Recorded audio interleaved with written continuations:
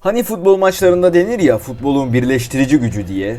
Özellikle milli maçlarda bu birleştirici güç daha da artar derler. Evet, bir milletin bir arada tek yürek olduğu anlardır milli maçlar. Ama ya birbirinden nefret eden iki ülkenin takımı bir maç yaparsa, stadyum bir savaş arenasına dönüşmez mi? Bu sorunun cevabını 1970 FIFA Dünya Kupası elemelerinde aldık. Peki ne yaşandı o sırada? Futbol yüzünden nasıl bir savaş çıktı?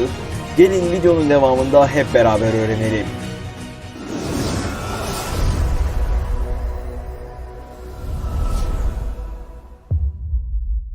Orta Amerika'nın yüz ölçümü bakımından en küçük ülkesi olan El Salvador, kilometre kare başına 160 kişiyle tüm Amerika kıtasının en yoğun nüfusuna sahipti. Bir tarım ülkesi olan El Salvador'da toprak ağları yüzünden köylülerin 2/3'inin hiç toprağı yoktu.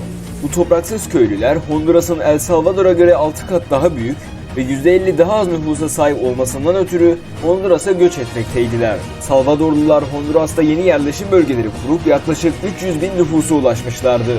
1960'larda Honduras Devlet Başkanı Osvaldo López Arellano'nun ülke ekonomisindeki kötü gidişten Honduras'taki El Salvadorlu göçmenleri sorumlu tutan açıklamaları ve çözüm önerisi olarak Salvadorluların yerleştiği toprakları Honduraslı köylülere dağıtmayı içeren bir toprak reformunu dile getirmeye başlayınca Salvadorlular ile Honduraslılar arasında ilişkiler iyice gerginleşti.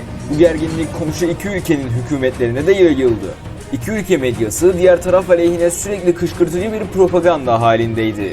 İşte böyle gerilimli bir dönemde 1970 FIFA Dünya Kupası elemelerinin yapılması gerekmişti. Eşleştirmelerde de iki ülke aynı gruba denk gelmişti. Bunun için 8 Haziran 1969'da Honduras'ta ilk maç oynandı. Bu maç öncesinde çok büyük bir hile yapılmıştı. Fanatik Honduraslı taraftarlar maçtan önceki gece El Salvador milli takımının konakladığı otelin önünde toplandı. Büyük gürültüler çıkararak takımın iyi bir uyku çekmesine engel oldular. Uykusuz kalan El Salvador milli takımı bu maçı 1-0 kaybetti. Bu olay üzerine iki ülke arasında gergin olan ilişkiler daha da gerildi. Maçın hemen ardından El Salvador'da televizyonun başında maçı izleyen 18 yaşındaki Amelia Bolanos, babasının silahını kalbine dayayarak tetiğe bastı.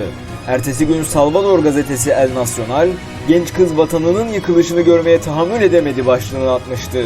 Bolanos, televizyondan canlı yayınlanan bir devlet töreniyle toprağa verildi. 15 Haziran'daki ikinci maç bu gergin ortamda yapıldı. Bu kez maç öncesi geceyi uykusuz geçiren doğal olarak Honduras'tı. Stadyuma halk linç etmesin diye askeri araçla götürülen Honduras milli takımı orada da büyük bir tacize uğradı. Ölen kızın posterlerini ellerinde taşıyarak sahaya giren El Salvadorlular maçı 3-0'lık skorla kazanıp 1970 FIFA Dünya Kupası'na katılmak için avantaj yakaladılar. Maçın ardından Honduras'ın teknik direktörü "Kaybettiğimiz için çok şanslıyız" diyordu.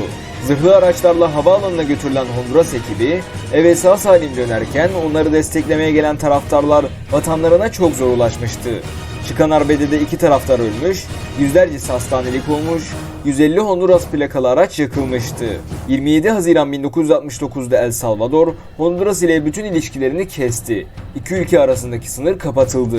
Ancak Honduraslı futbolcular da El Salvador ordusu yardımıyla ülkeyi terk ettikten sonra iki ülke arasında 27 Haziran 1969'da playoff maçı oynandı ve Meksika'da tarafsız sahada yapılan maçı El Salvador uzatmalarda bulduğu golle 3-2 kazandı.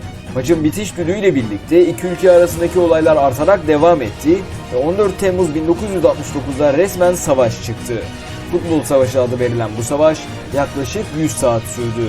Savaş sırasında siviller de dahil Honduras'tan 2100, El Salvador'dansa 700 kişi hayatını kaybetti.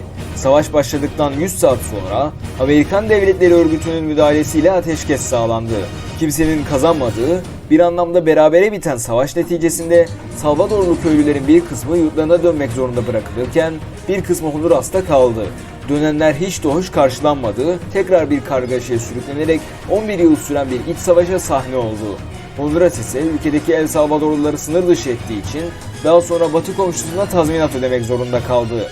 Honduras ile El Salvador devlet başkanlarının buluşup el sıkışması ise 2006 yılından önce gerçekleşmedi. Futbol yüzünden çıkan savaş işte böyle sonuçlanmıştı. Ama siz olun, futbolun ayırıcı değil birleştirici gücünü kullanın. Böylece bir videomuzun daha sonuna geldik. Videolarımızdan haberdar olmak için abone olmayı ve bizlere destek olmak için videoyu beğenmeyi unutmayın.